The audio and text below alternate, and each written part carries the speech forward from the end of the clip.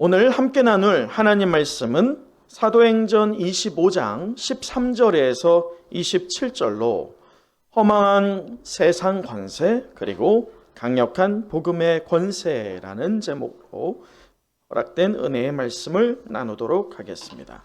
할렐루야. 네, 우리 새 은혜 많이 받은 한 주였을 줄 믿습니다. 하나님께서 2022년 온전한 복음으로 우리 은성교회를 새롭게 하실 것을 믿습니다. 또 우리를 새롭게 함으로 우리를 통해서, 우리 가정을 통해서, 우리 구역과 우리 교회를 통해서 세상을 이롭게 하실 하나님 되실 것을 사모합니다. 누구를 통해서요? 누구를 통해서? 저 사람을 통해서? 아니죠.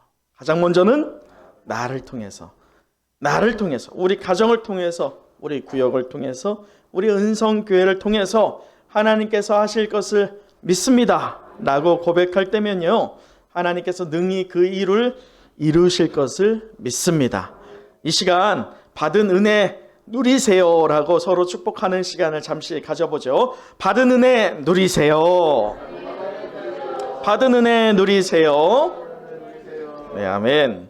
오늘 제가 본문의 말씀을 이제 묵상을 하다가 겪은 한 주간의 한 사건을 잠시 나눠보는 시간을 가져보고자 합니다. 2022년 새해를 맞이해서요, 이 방역 기준에 맞춰서 아주 조심스럽게 일가 친척을 만나서 인사를 드렸습니다. 그럴 때 우리가 구정 연휴 때 아이들이 가장 좋아하는 일이 무엇일까요? 세배이지요. 세배를 하면서 세뱃돈을 받게 되는데 저희 가정 안에서 한 명이 유독 많은 세뱃돈을 받았습니다. 그 아이는 바로 둘째 온유라고 하는 아이죠. 우리 온유가 이번에 이제 초등학교를 들어가거든요. 그래서 새 학기를 맞이해서 어른들께서 조금 더 세뱃돈을 주어주시는데 아이임에도 불구하고 얘가 이제 좀 살림이 넉넉해진 거예요. 어깨힘이 딱 들어가면서 저한테 이렇게 말하는 겁니다. 아빠, 뭐 먹고 싶은 거 있어? 내가 사줄게. 이렇게 말하는 거예요. 한껏 자기가 뭔가 갖고 있다라고 들뜬 것이죠. 그러면서 이 아이와 함께 손을 잡고 백화점에 가서 이 새학기를 맞이하여서 가방을 사려고 하는데 그 백화점에 들어가는 온유의 어깨가 어때요? 딱 벌어졌어요. 마치 개선장군처럼 나 가진 거 있다, 이러한 태도로 백화점을 입성하는 겁니다. 자, 그러면서 이곳저곳 저 매장 이 매장을 돌아다니면서 이 아이한테 어떤 가방이 맞을지 그것을 한번 매보고 저것도 매보고 하는데 부모와의 마음과는 다르게 온유한테 딱 사로잡힌 가방이 있었어요. 그런데 문제는 그 가방에 UFO 무늬가 있는 거예요. 외계인 UFO요. 그게 누구 마음에 걸립니까? 제 마음에 걸리는 거예요. 야, 온유야, 이거 말고 다른 거 없을까? 했는데 이거라는 거예요. 딱 그 찰나에 저기 마치 일부러 감춰둔 것 같은 어떤 상자 안에 있는 가방이 제 눈 안에 딱 들어오는 거예요. 근데 그 가방이 저의 눈을 사로잡을 정도로 영롱해 보였습니다. 그런데 그 가방을 보면서 제가 점원분께 이렇게 말했어요. 저기, 이 가방은 뭐예요? 이거 한번 좀 볼 수 있어요? 제가 이렇게 질문을 했거든요. 점원분이 뭐라고 하느냐. 손님, 죄송합니다. 이것은 너무 인기가 많아서요, 지금 재고가 없습니다. 제가 여기 있잖아요 라고 하니까 이 점원분이 이러는 거예요. 이미 이것은요, 예약한 분이 계십니다. 그런데 이게요, 예약한 분이 이미 5분이 넘으십니다. 그래서 제가 그러면 저희도 예약할게요 라고 했어요. 그랬더니 점원분이 한층 더 얘기하시는 게 뭐냐. 손님, 죄송하지만 지금 예약한다고 해서 언제 받을지 모릅니다 라고 말하는 거예요. 그 얘기를 딱 듣고 그 상자 안에 담겨 있는, 가려져 있는, 마치 감춘 것 같은 그 가방을 다시 제가 보니 어떻게 보입니까? 영롱해 보여요. 보암직도 하고 귀암직도 하고 그리고 탐스러워 보여요. 그러면서요, 저걸 어떻게 해야 된다? 사야 된다. 그 마음이 딱 드는 순간에 문제는 이걸 또 누가 들었어요? 이 얘기를 온유가 들었어요. 저를 가장 닮은, 외형적으로 가장 닮은 온유가 그 얘기를 듣고 저와 같은 눈빛이 된 거예요. 이 온유의 눈빛은 아까 앞서 UFO 가방에 이제 머물지 않습니다. 온유의 입에서 탁 튀어나오는 말 뭘까요? 나 저거 살래. 여러분, 결과적으로 그 가방을 샀을까요? 못 샀을까요? 샀죠. 제가 누구입니까? 또 다른 백화점들을 연락해봤어요. 그 가방이 있습니까? 저 가방이 있습니까? 있다는 거예요. 바로 그 다음날 예약을 하고 달려가서, 저는 사실 설교 준비 때문에 가지 못하였고 아내하고 온유만 이제 갔거든요. 그래서 그 가방을 온유가 사오는데 문이 탁 열리고 저를 보자마자 온유가 아빠라고 하면서 어떻게 하는지 아세요? 그 가방을 꺼내는 거예요. 그러면서 해냈다! 나는 얼굴 표정으로요, 그 가방을 저에게 보여주는 거예요. 여러분, 이렇듯 사람은요, 다수를 따릅니다. 소위 대세를 따른다고 하죠. 음식점이나 상점에서도 우리는 다수 또는 대세를 따릅니다. 저도요, 음식점에 가면 거기 음식점에서 이제 어떤 메뉴를 받는 분에게 항상 물어보는 질문이 있어요. 뭘까요? 여기 뭐가 제일 맛있어요? 또 식당 말고 상점에 가서 뭔가를 살 때면 또 이런 질문을 합니다. 어떤 거요? 여기 뭐가 제일 잘 나가요? 이 질문을 합니다.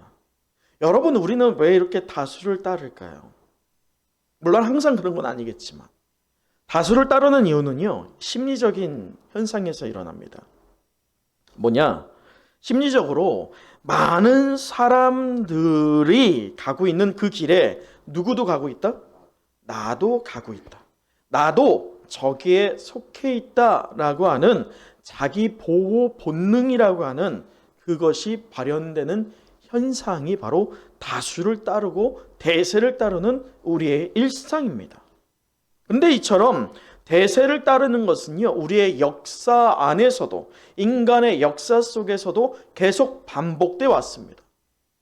여러분, 역사는 누구로부터 쓰여진다고 합니까? 승리자로부터 쓰여진다고 합니다. 역사는요, 대세를 통해서 써집니다. 곧 대세는 힘을 말하죠. 힘이 있는 자, 그래서 힘을 얻어서 대세를 따르게 하는 자들로부터 기록됩니다. 그래서 역사가 왜곡되기도 하죠. 여러분, 그것은 오늘 우리에게도 동일하게 적용됩니다. 오늘 우리가 노출되고 있는 뉴스와 여러 매체를 통해서도요, 다수가 따르고 있는 대세라고 할 수 있는 그 사람과 그 대상과 환경의 입장에서 우리에게 여러 소식들이 전해집니다. 그러기에 우리가 믿음을 지녔다 할지라도, 성도라고 할지라도, 교회라고 할지라도 성도와 교회가 의도했든 의도하지 않았던 무엇을 따르게 됩니까? 대세를 따르게 됩니다. 그런데 오늘 우리가 바라보게 되는, 마주하고 있는 오늘 본문의 말씀에서는 우리가 의지해야 할 이 참된 가치가 대세가 아닌 다른 데에 있다는 것을 우리의 시선을 돌리게 하고 있습니다. 주의 제자되는 예수 그리스도의 참 제자되는 우리 은성의 영가족 여러분, 오늘 본문을 보면 대세 중에 대세가 13절에 등장하고 있습니다. 우리 13절 한번 다시 읽어보도록 할까요? 13절입니다. 시작. 수일 후에 아그리파 왕과 베니게가 베스도에게 문안하러 가이사랴에 왔어요. 오늘 대세 중에 대세, 이 시대 가운데 최소한 예루살렘과 가이사랴라고 하는 이 지역 안에서를 축소해서 보자면 가장 대세 중에 대세인 인물이 등장합니다. 그가 누구입니까? 아그리빠 왕입니다. 그 아그리빠 왕은 실제로는 헤롯 아그리빠 2세입니다. 오늘 이 말씀의 저자되는 누가는요, 이 세상 권력의 대표가 되고 있는 아그리빠 왕을 통해서 이 사도 바울의 목숨을 움켜쥐고 있고 사도 바울의 목숨을 저울질하고 있는 글을 의도적으로 누가는 기록하고 있습니다. 아니, 누가가 아니라 누가 기록하고 있습니까? 하나님께서 기록하고 있습니다. 앞서 우리가 지난주에 말씀 나눈 것처럼 꼬여가는 상황, 그리고 반복되는 상황이 도저히 헤어나올 수 없을 것 같은 절망의 순간, 또 몹시 불리한 순간으로 누구를 몰아갔어요? 사도 바울을 몰아갔죠. 그때 사도 바울이 무언가를 둬야 됐습니다. 예루살렘이냐 로마냐, 이 두 가지의 선택의 기로에서 마지막 한 수, 신의 한 수를 두어야 했는데 그가 어떤 요청을 합니까? 우리 말씀 25장 11절 후반에 보면 내가 누구에게 상소하노라? 가이사에게 상소하노라. 가이사에게 상소하노라, 이 말은 내가 예루살렘이 아닌 어디로 가겠다? 로마로 가겠다. 그 한 수를 두게 됩니다. 그런데 여러분 보십시오. 그 로마로 가리라 라고 하였던 사도 바울의 외침이 점차 실현되고 있습니다. 그런데 그것이 지금 정말 실현되고 있습니까? 아니에요. 여전히 사도 바울은 로마가 아닌 어디에 있어요? 헤롯궁에 지금 구류 상태에 놓여 있습니다. 로마행이 이미 결정되었지만 여전히 그 길이 막혀 있어요. 누가는요, 아니 하나님께서는 오늘 이 본문의 말씀을 통해서요, 우리에게 주는 도전이 무엇이냐? 여전히 막혀있는 길 앞에 놓여있는 사도 바울을 조명합니다. 그러면서 반대로 이 새로운 국면이 아그리빠 왕을 통해서 일어나게 되는데 그 두 상대를 충돌시키고 있어요. 상대화시키고 있습니다. 그러면서 이 두 대상을 통해서 오늘 우리가 어떤 길로 나가야 할지에 대한 방향을 제시해주고 있습니다. 사랑하는 은성의 영가족 여러분, 저는 오늘 이 본문의 말씀을 통해서 다수 또는 대세 또는 힘으로 드러나고 있는 대표되는 이 세상 권세의 아그리빠 왕과 그리고 이 아그리빠 왕 앞에 선 우리의 일그러진 영웅 누구? 사도 바울을 의도적으로 상대화하고 있는 누가의 숨은 의도를 파헤쳐보는 시간을 2주에 걸쳐서 살펴보고자 합니다. 몇 주요? 2주에 걸쳐서. 그래서 오늘 우리는 이 본문을 통해서요, 분명히 외형적으로 우리의 눈에 보여지는 상황으로 보자면 사도 바울은 다시 한번 사탄의 공격으로 인해서 그 길이 막혀버린 것 같은 곤란한 지경에 놓여 있는 것 같지만 정작 그 세상 권세, 사도 바울을 막아내고 사도 바울의 생명을 쥐락펴락하고 있는 그 세상 권세의 허망한 말로를 오늘 말씀을 통해서 보고자 합니다. 그러면서 다음 주에는 이 허망한 세상 권세와 다르게 분명히 인간의 눈앞에 보여지는 현실적인 안목으로 보았을 때는 누구나 패배자라고 여길 만한 사도 바울은 과연 어떤 삶의 자세를 가졌고 또 그가 드러냈던 이 강력한 복음의 권세가 과연 우리를 통해서는 어떻게 영향을 미칠런지 다음 주에 말씀을 이어서 보고자 합니다. 오늘 그래서 그 첫 번째 무엇을 먼저 본다고요? 따라해 보시죠. 세상에 허망한 권세. 여러분, 누가는요 13절을 통해서 세상에 대표되는 아그리빠 왕과 버니게를 등장시키고 있습니다. 13절을 다시 제가 읽어드리면 수일 후에 아그리빠 왕과 버니게가 베스토에게 무엇하러 가이사랴에 왔어요? 문안하러 왔어요. 여러분 좀 헷갈립니다. 분명히 목사님, 이 대세 중에 대세라고 한 자가 오늘 세상 권세의 대표라고 하는 자가 아그리빠 왕이라고 하는데 우리는 분명히 지난주까지 대세가 누구였어요? 베스도였어요. 벨릭스와 베스도였습니다. 이 두 대상이 뭘까요? 왜 둘 다 대세라고 합니까? 라고 할 수 있기에 잠시 그 배경에 대해서 설명을 해드리겠습니다.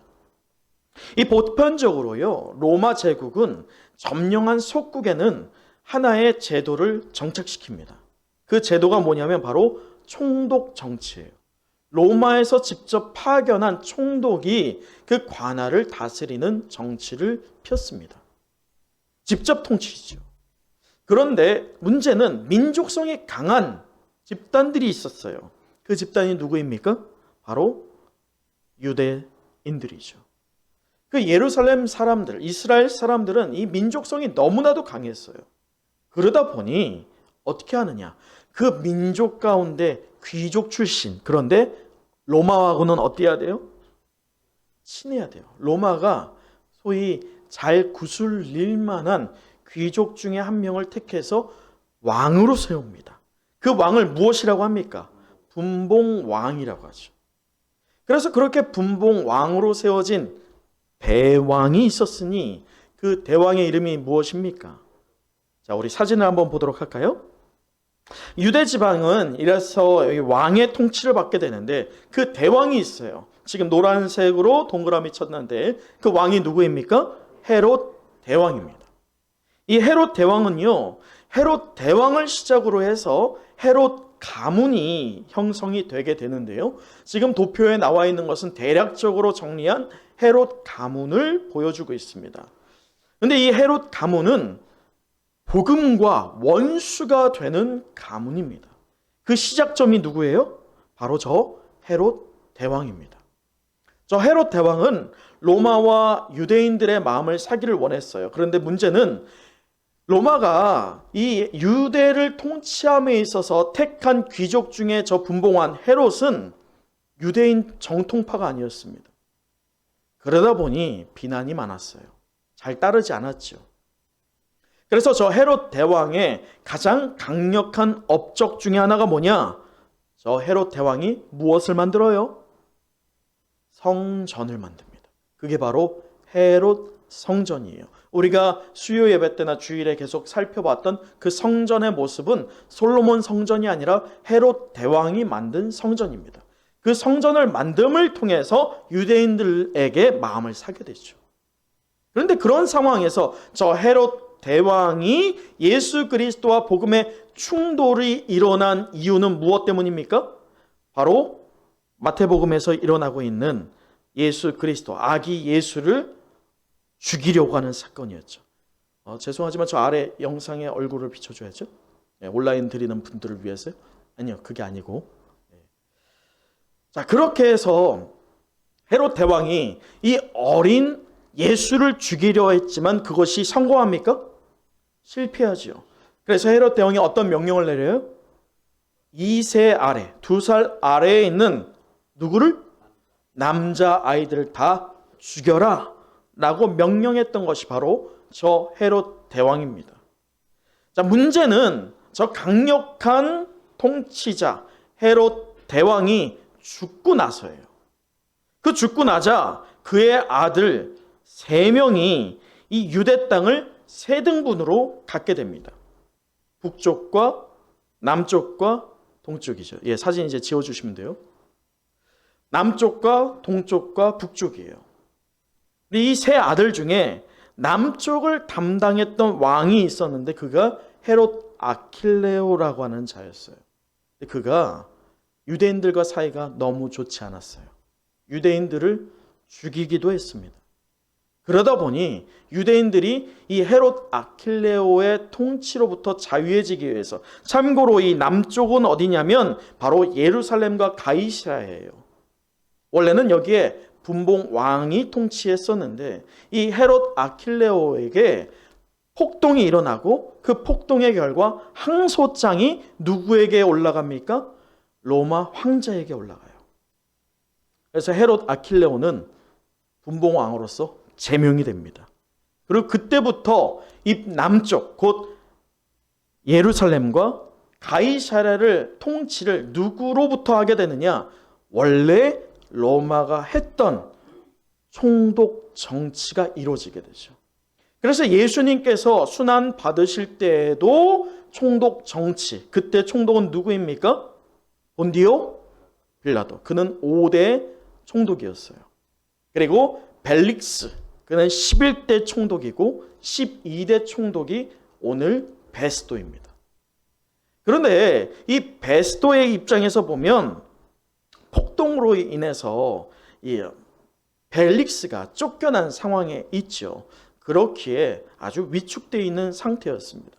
자, 그런데 우리 한편 북쪽을 한번 보도록 할까요? 다시 한번 사진을 보여주시면, 자, 북쪽에 보면 그 다음으로 세워지는 왕이 누구냐? 바로 헤롯 아그리파 1세입니다.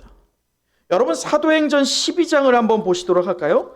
사도행전 12장 1절을 보면, 그때에 헤롯 왕이 손을 들어 교회 중에 몇 사람을 헤아려 하여 2절 요한의 형제 야고보를 칼로 죽이니라고 했던 그 헤롯이 바로 누구라고요? 지금 헤롯 아그리파 1세입니다. 이 헤롯 아그리파 1세, 그는 요한의 형제 야고보를 칼로 죽였던 자였습니다. 그러나 그는 이 영광을 하나님께 돌리지 않은 관계로 그는 어떻게 죽음을 당하느냐? 말씀의 12장 23절 한번 보도록 하죠. 23절 같이 읽어볼까요? 12장 23절입니다. 시작. 헤롯이 영광을 하나님께로 돌리지 아니하므로 그의 사자가 곧 친히 벌레에게 먹혀 죽으니라. 어떻게 됐어요? 벌레에 먹혀 죽었다라고 되어 있습니다. 그렇게 충에 먹혀 죽어버린 왕이 바로 저 헤롯 아그리파 1세입니다. 곧 누구의 아버지예요? 오늘 본문에 등장하고 있는 아그리파 왕, 곧 헤롯 아그리파 2세의 아버지가 충에 먹어 죽어버린 것입니다. 그 다음 사진으로 봤을 때 지금 헤롯 아그리파 2세가 이제 등장하는데, 헤롯 아그리파 1세에게는 세 자녀가 있었습니다. 첫째 아들이 바로 오늘 말씀에 등장하는 헤롯 아그리파 2세였어요. 둘째가 딸입니다. 그 딸의 이름이 무엇이냐? 오늘 말씀에 등장하는 버니게입니다. 셋째가 누구냐? 바로 벨릭스, 곧 60세 되었던 벨릭스와 18세 나이에 결혼하였던 여인, 바로 두루실라, 그가 셋째였습니다. 오늘 이 헤롯 아그리파 2세는요, 유년기에 로마로부터 보내졌어요. 로마에 보내져서 이 세 명의 자녀 다 로마의 시민권을 가진 자들이었습니다. 그리고 이 로마의 궁 안에서 이 압력과 권력, 그것들로 얼룩져 있는 상황에서 어릴 때부터 보고 자란 게 그것이었어요. 그래서 세 자녀 다 무엇에 집중하고 있느냐면 권력이었습니다. 남녀를 불문하고 모두 다 이 세 자녀들이 권력에 심취해 있었어요. 그럴 때에 오늘 이 아그리파 2세는요, 글라우디오 황제의 총애를 받게 됩니다. 벨릭스를 보내었던 글라우디오 황제 기억하시죠? 그러면서 그 다음 황제가 누구라고 했어요? 글라우디오 황제 이후에 네로 황제에게까지도 총애를 받게 된 이가 바로 오늘 말씀에 등장하는 누구요? 아그리파 2세입니다. 그런데 이 헤롯 왕가 중에서 가장 오랫동안 통치한 자가 있었으니 그가 누구일까요? 오늘 말씀에 등장하는 헤롯 아그리파 2세였어요. 몇 년이었을까요? 한번 맞춰보시겠어요? 50년이었어요. 다른 왕들에 비해서 굉장히 오랫동안 통치했던 자였습니다. 그가 50년 동안이나 그의 권력을 유지할 수 있었던 것은 그만큼 친로마 정책을 가지고 있었기 때문이에요. 그의 친로마 정책의 성향 때문에요, 로마에서는 대제사장의 임명권뿐만 아니라 파면권까지 쥐어집니다. 우리가 지난주에 사도 바울을 2년 동안이나 지켜보면서 2년 뒤에 다시 한번 죽이려고 하는 사내들인 공의회를 봤을 때, 그때 당시에 사내들인 공의회에 세워진 대제사장을 누가 세웠어요? 지금 이 헤롯 아그리파 2세가 세운 거예요. 그만큼 권력에 정점이 있었던 자였습니다. 그런데 오늘 보십시오. 굉장히 흥미로운 사건이 일어나고 있습니다. 다수 대세로 대표되고 있는 이 세상 정권에 있는 총독 정치하던 남쪽 곧 예루살렘과 가이사랴를 담당하던 총독과 북쪽을 담당하고 있던 분봉왕이 한자리에 만나는 일이 일어나고 있어요.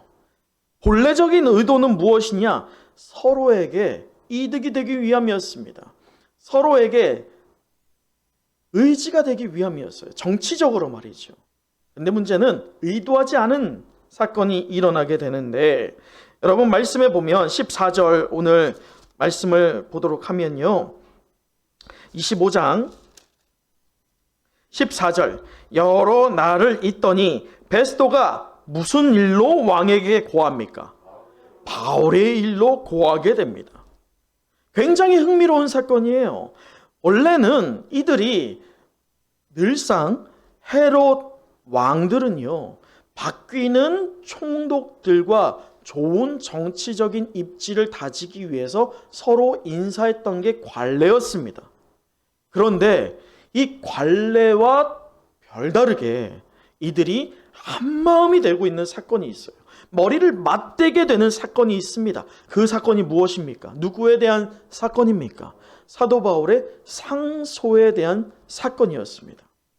참고로 상소는요, 로마에 있어서 두 가지의 상소가 있습니다. 첫 번째는 아켈라 치오라고 하는 상소가 있어요. 로마인으로 요구할 수 있는 상소입니다. 아펠라 치오는 뭐냐면 1심에서 유죄를 당했어요. 그럴 때 2심에서 어떻게 합니까? 항소를 할 때 쓰는 게 아펠라 치오입니다. 두 번째 상소로 쓸 수 있는 게 뭐냐면 바로 프로보카치오예요. 프로보카치오. 이게 뭐냐면 로마인이 불합리한 재판, 이 재판을 불복하는 거예요. 이 재판 자체를 받지 않겠다는 겁니다. 이 재판을 그래서 누구에게 상소하는 겁니까? 황제에게 상소하는 거예요. 이렇게 프로바카치오라고 하는 것을 실행하게 되면요, 이 심판의 결과에 이르기까지 로마인이기 때문에 누구도 손을 댈 수 없어요. 누구만 손을 댈 수 있을까요? 황제만 손댈 수 있어요. 그게 바로 오늘 사도 바울이 올린 상소입니다. 내가 가이사에게, 그렇죠.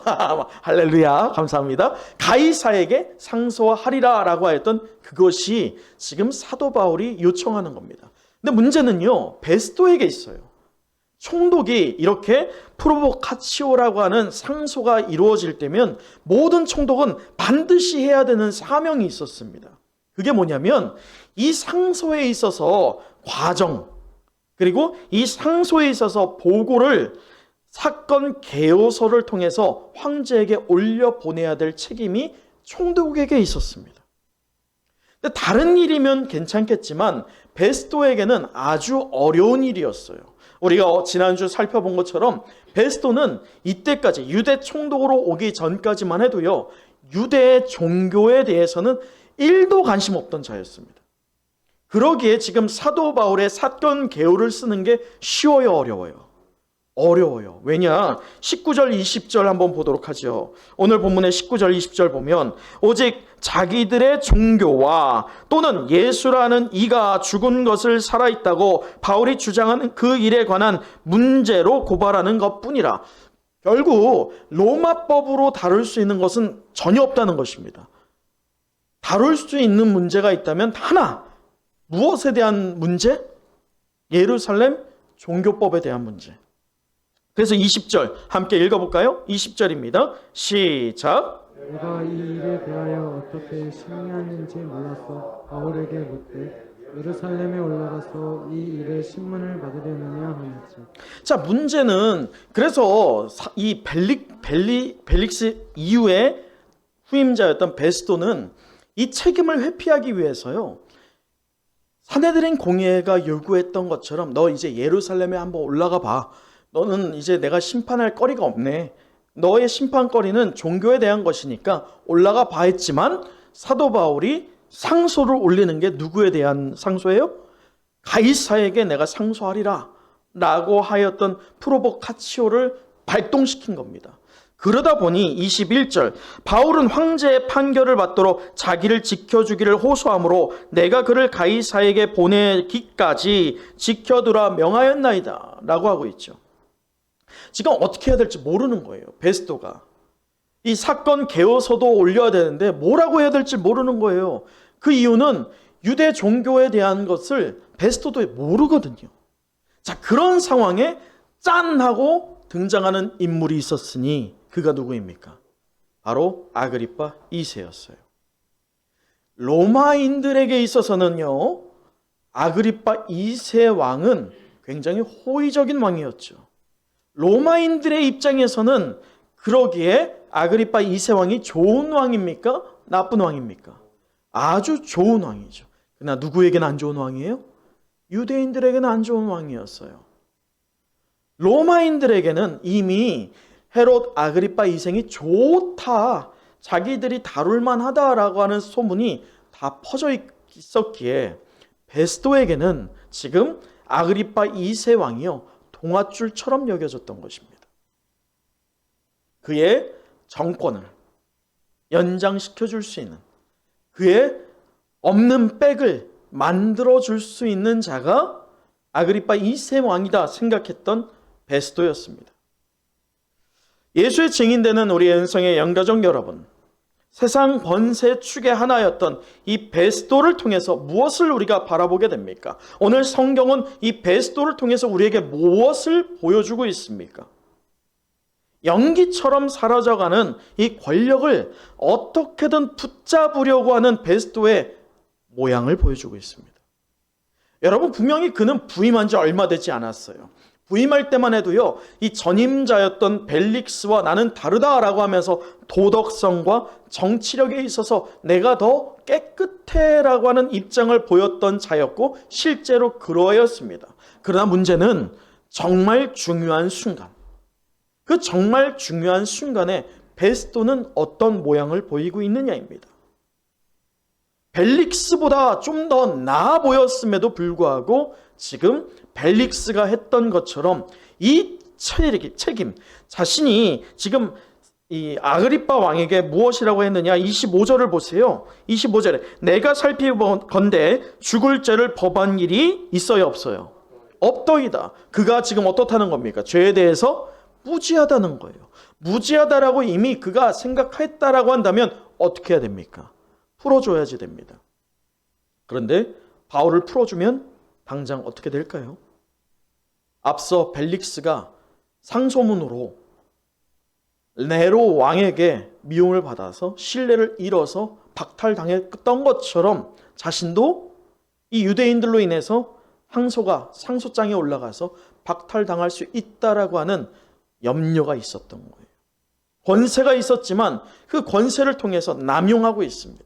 분명히 자기는 정결하다, 자기는 깨끗하다라고 했지만 벨릭스와 비해서 깨끗합니까? 결론적으로 하나도 깨끗하지 않아요. 똑같은 모습을 보여주고 있습니다. 그래서 오늘 성경이 보여주고 있는 바가 무엇이냐? 우리 앞서 나눴지요. 여러분, 벨릭스의 임기는요 대략 10년 정도였어요. 근데 베스도의 임기는 몇 년이라고 했죠? 2년이었어요.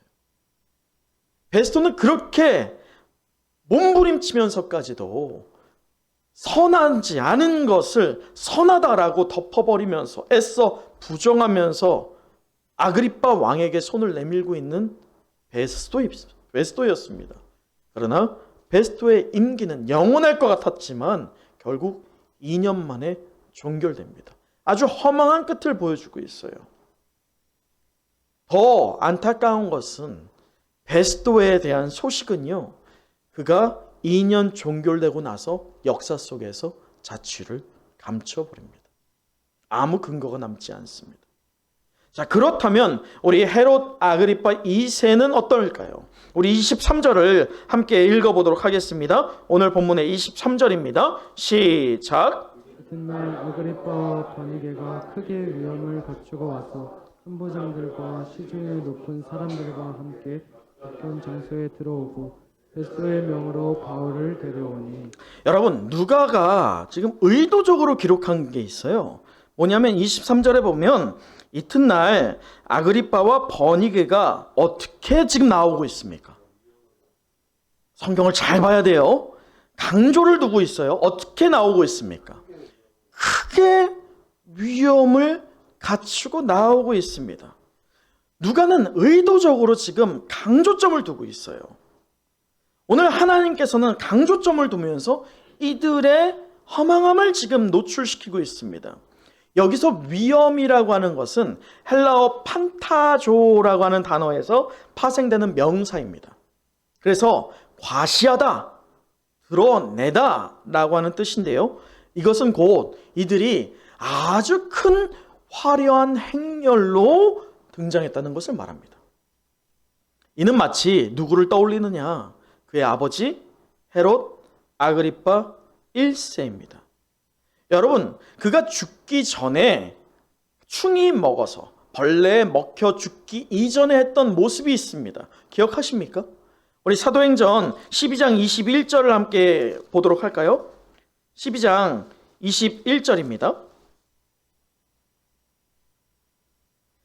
말씀에 보면 이렇게 되어 있어요. 헤롯이 나를 택하여 무엇을 입고? 왕복을 입고. 여러분 이거 기억하세요? 이전에 사도행전 할 때 왕복을 입고 단상에 앉아 백성에게 연설하니. 22절. 백성이 어떻게 반응합니까? 크게 부릅니다. 부르짖습니다. 시인합니다. 뭐라고요? 신의 소리요 사람의 소리가 아니라 라고 하면서 누구에게 영광을 돌립니까? 헤롯에게 영광 돌렸어요. 여러분 이때 이 왕복이 무엇이라고 했어요? 이 요세푸스의 기록에 따르면 그가 왕복이 무엇이었냐면 완전한 은으로 만든 옷이었습니다. 그래서 그가 아주 정오에 해가 찬란할 때에 일부러 그 시간에 등장합니다. 은으로 만든 옷을 입고. 자, 그럴 때 사람들 눈에 어떻게 보입니까? 눈이 부시게 보이죠. 찬란하게 보입니다. 그래서 그 찬란한 것을 통해서 사람들은 신이다 라고 말하는 거예요. 누구를? 헤롯을. 여러분 헤롯은요 그 자신의 찬란함으로 은색 옷을, 은으로 만든 옷을, 그 왕복을 입고 등장했습니다. 그것은요 자기의 추악한 죄성을 가리기 위한 방어기제밖에 되지 않았던 거예요. 자기의 그 더러움을 가리기 위해서 오히려 외형적으로 보여지길 원했던 것이거든요. 지금 그것을 누가 반복하고 있습니까? 25장 다시 한번 돌아와서 보면 23절. 이튿날 아그리빠와 버니게가 크게 위험을 갖추고 라고 하죠. 이들이 따라하고 있어요. 왜냐? 여러분 앞서 아그리빠 1세에게는 세 자녀가 있다고 했습니다. 첫째가 오늘 아그리빠 2세였어요. 둘째가 누구라고요? 버니게. 셋째가 두루실라였어요. 근데 지금 누구와 누가 등장합니까? 아그리빠 왕과 버니게가 등장합니다. 이들은 근친상간을 했어요. 율법을 어기고 현재 버니게 역시나 3번이나 결혼하고선 자기의 오빠, 1살 차이밖에 되지 않았어요. 오빠와 새 살림을 차린 거예요. 유대인들에게 부정하다라고 불려졌던 아그리빠 2세였습니다. 그 부정함을 가리기 위해서, 자기의 추악함을 가리기 위해서 그들이 할 수 있었던 바가 딱 하나밖에 없었습니다. 그게 뭐였어요? 화려함으로 덮어버리는 것이었어요. 그래서 우리가 영적 분별력이 없을 때면, 그 대세를 볼 때면 찬란해 보입니다. 그래서 신의 목소리 같다라고 반응할지 모릅니다. 여러분 아그리빠 2세가 자신의 아버지가 행했던 것을 봤어요. 대중이 어떻게 움직이는 걸 봤다는 거예요. 대중을 어떻게 움직여야 할지를 보았다는 것입니다. 보고 배운 바를 그대로 적용했을 때 이게 먹혀요, 안 먹혀요? 그대로 먹혀요. 여러분 이것이 오늘 우리가 살아가고 있는 이 시대에도 여전히 통용되고 있다는 게 문제입니다. 여러분 이들은 자신의 죄성을 가리기 위해서 고작 할 수 있는 것은 자기의 외형을 환상적으로 꾸미는 것에 불과했습니다. 그가 할 수 있는 것은 인간적인 자기 윗선에 있는 또 다른 세상 권세에게 의존하는 것이었어요. 그래서 친로마 정권으로 네로 황제에게 잘 보였고, 이 황제들로 통해서 또 로마의 정권을 통해서 자기의 임기가 보장됐습니다. 자그마치 몇 년? 50년. 영원할 것 같았죠. 그 어떤 헤롯 가문에서도 이렇게 오랫동안 왕권을 가진 자가 없었습니다. 심지어 헤롯 대왕까지 말이죠. 그런데 50년이나 통치했던 현재 아그리파 2세, 그는 그 말로가 어떻게 됐냐? 후대가 없어요. 태가 막힙니다. 그 다음에 자손이 없어요. 헤롯 가문이 누구에서 끝나느냐? 오늘 헤롯 아그리파 2세에서 끝이 나버립니다. 영원할 것 같았던 헤롯 가문이었어요. 그런데 허망하게 끝이 나버립니다. 말씀을 마치겠습니다. 오늘 우리가 사도행전을 통해서 이 원형적인 복음이 무엇이며 또 세상 권세를 사용하여서 끊임없이 절망의 상황으로 몰아세우는 사탄의 공격이 대수롭지 않고 얼마나 허망한지에 대해서 덧없는 것인지에 대해서 우리가 해답을 찾아보며 허망한 세상 권력 그리고 강력한 복음의 권세라는 제목으로 은혜의 말씀을 나누었습니다. 우리 마지막으로 27절을 읽어보도록 하겠습니다. 27절입니다. 시작. 그 제목도 밝히지 아니하고 주수를 보내는 것이 무리한 일인 줄 아나이다 하였더라. 은혜와 성령이 함께하는 은성의 영가족 여러분, 당대의 다수, 대세로 대표되는 세상 권세의 정점에 있던 베스도 그리고 아그리파 왕, 자기들의 권력이 영원할 것이라고 생각했어요. 그래서 자신 앞에 서 있는 사도 바울을 어떻게 바라봤을까요? 우리가 지난주 우리가 마지막 한 수라고 하는 그 그림처럼 사도 바울을 가소롭게 보았을 거예요. 의기양양하게 위에서부터 내려봤을 것입니다. 그들 눈에는 사도 바울이 패배자처럼 빚어졌기 때문이죠. 그러나 보십시오. 영원할 것 같았던 그 세상 권세가 얼마나 허망하게 끝이 났습니까? 근데 반면에 금방 꺼져갈 것 같았던 사도 바울의 영향력은 오늘 저와 여러분에게까지 계속 영향을 미치고 있습니다. 또 이제는 저와 여러분을 통해서 우리의 후대에게까지 영향을 미치게 하실 줄 믿습니다. 그것이 바로 하나님께서 뜻하신 강력한 복음의 권세일 줄 믿습니다. 여러분, 오늘 사도 바울은요, 최고의 기회 앞에 다시 한번 놓여집니다. 아그리파 왕제를 통해서 말이죠. 그 최고의 기회가 무엇이냐? 저 아그리파 왕을 설득해서 내가 살 수 있는 기회를 얻을 수 있는 기회입니다. 그것이 최고의 기회일 수 있어요. 그러나 사도 바울은 자신이 허락된 최고의 기회에 자기가 생명 부지하는 것에 투자하지 않습니다. 자기에게 허락되어 있는 이 최고의 기회, 마지막 기회를 기꺼이 예수 그리스도에 대한 복음을 증거하는 일에 사용하게 됩니다. 그것이 다음 주 우리가 보게 될 사도행전 26장의 전체적인 내용입니다. 여러분, 최고의 기회가 오늘 저와 여러분에게도 주어질 줄 믿습니다. 다수, 대세, 힘, 권세로 분명히 우리를 흔들어댈 겁니다.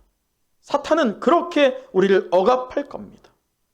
그러나 우리는 그 소용돌이에서 빠져나와야 됩니다. 우리 역시나 노출되어 있는 그 현상 가운데 그냥 생각 없이 따라가는 그 삶의 고리를 끊어버려야 됩니다. 중단해야 됩니다. 그래서 이제는 나를 통해서 그리스도를 증거하게 될 그 하나님의 섭리를 바라보는 우리 모든 은성의 영가족 되기를 간절히 축원합니다. 여러분, 호랑이는 무엇을 남겨요? 가죽을 남겨요. 사람은요?